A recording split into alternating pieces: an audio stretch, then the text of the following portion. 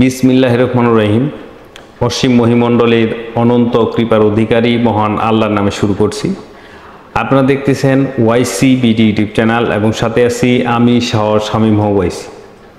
সম্মানিত প্রিয় দর্শক শ্রোতা এবং সকল তরিকতের ভাই বোনেরা, সবার প্রতি আমার সালাম।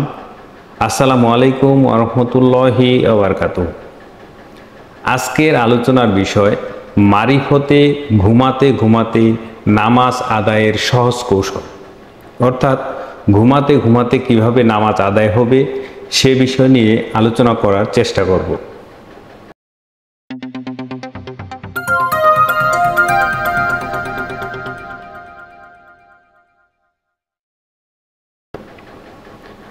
ঘুমাতে ঘুমাতে নামাজ আদায় করতে গেলে আপনাকে ঘুমানোর সময় শবাসনে ঘুমাতে হবে, অর্থাৎ আমাদেরকে চিত হয়ে ঘুমাতে হবে। অনেক রকমের আসন আছে, যেমন পদ্মাসন আছে, যোগ আসন আছে, বজ্রাসন আছে, শবাসন আছে। তার মধ্যে এই শবাসনে আমাদেরকে শুইতে হবে। শবাসন বলতে চিত হয়ে শোয়ানোটাকে বলা হয় শবাসন। এই চিত হয়ে শুয়ে গেলে আপনাকে কি করতে হবে, দুই হাত দুই পাশে ইজিলি ফেলে রাখতে হবে, অর্থাৎ দুই পাশে দুইটি হাত সোজা করে আপনাকে চিত হয়ে শুইতে হবে। এবারে আপনি চিত হয়ে যখন শুইলেন, আপনার দুই হাত যখন দুই সাইডে পড়ে থাকলো, এলিয়ে পড়ে থাকলো, তখন আপনাকে কি করতে হবে, মাথার বালিশটিকে সরিয়ে রাখতে হবে, অর্থাৎ মাথার মধ্যে কোনো বালিশ থাকবে না। এভাবে আপনাকে ঘুমাতে হবে এবং আপনাকে কি করতে হবে, চোখ আফসা আফসা বন্ধ করতে হবে। আফসা আফসা বন্ধ আপনি সম্পূর্ণ চোখ বন্ধ করবেন না, একটু একটু যাতে খোলা থাকে, যাতে আফসা আফসা আপনি দেখতে পান। এইভাবে আফসা আফসা আপনাকে চোখ বন্ধ করে আপনাকে ঘুমাতে হবে। দুই হাত দুই পাশে এলিয়ে পড়বে এবং চিত হয়ে আপনি ঘুমাবেন, মাথার মধ্যে কোনো বালিশ থাকবে না। এইভাবে আপনি ঘুমাবেন।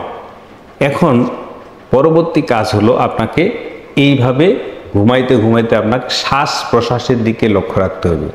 শ্বাস কিভাবে যাচ্ছে, কিভাবে আসতেছে, শ্বাস কিভাবে বের হচ্ছে, শ্বাস কিভাবে ভিতরে আসতেছে। প্রথমে একটু শ্বাস প্রশ্বাস আপনার বেশি চলবে। আস্তে আস্তে আস্তে যখন 5-10 মিনিট আপনি শ্বাস প্রশ্বাসের প্রতি খেয়াল দিবেন, ধ্যান করবেন, তখন আস্তে আস্তে শ্বাস পাতলা হয়ে যাবে। দেখবেন আপনিও আস্তে আস্তে আস্তে আস্তে স্থির হয়ে যাচ্ছে। তবে শ্বাস নেওয়ার সময় আল্লাহ, ফেলার সময় হোক, এই জিকিরটি অবশ্যই শ্বাসের মধ্যে চালিত থাকবে। এর মধ্যে আপনার বিভিন্ন রকমের থট, বিভিন্ন রকমের চিন্তা চেতনা মনের মধ্যে উদয় হবে।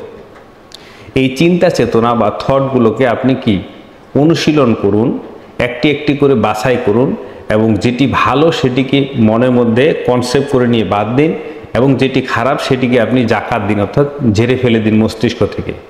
এভাবে আপনাকে শ্বাস প্রশ্বাসের মধ্যে খেয়াল রাখতে হবে। এভাবে আস্তে আস্তে আস্তে আস্তে আপনি একসময় ঘুমিয়ে যাবেন। এবারে ঘুমন্ত অবস্থায় আপনার শ্বাস চলতে থাকবে এবং আল্লাহু জিকিরটা কিন্তু চলতে থাকবে আপনি যতক্ষণ পর্যন্ত ঘুমাবেন।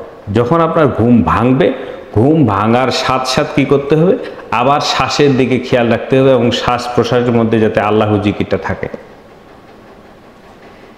এইভাবে আপনার ঘুমাইতে ঘুমাইতে সালাত আদায় হবে, অর্থাৎ সালাতি কর্ম প্রতি ক্ষেত্রে সালাতি কর্ম।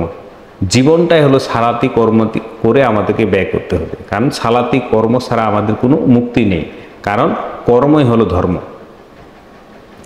সম্মানিত প্রিয় দর্শক শ্রোতা, আজকের আলোচনা এই পর্যন্ত। দেখা হবে পরবর্তী কোনো ভিডিওতে নতুন কোনো ভেদতত্ত্ব নিয়ে। ততক্ষণে ভালো থাকুন, সুস্থ থাকুন। আল্লাহ হাফেজ। আসসালামু আলাইকুম ওয়া রাহমাতুল্লাহি ওয়া বারাকাতুহু।